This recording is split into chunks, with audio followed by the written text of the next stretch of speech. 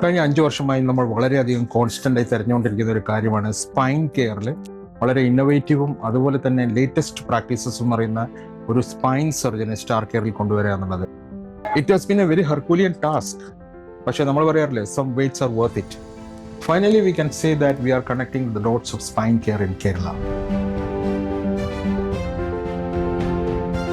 We are proud to introduce Dr. Faisal Rahman, the minimally invasive and robotic spine surgeon.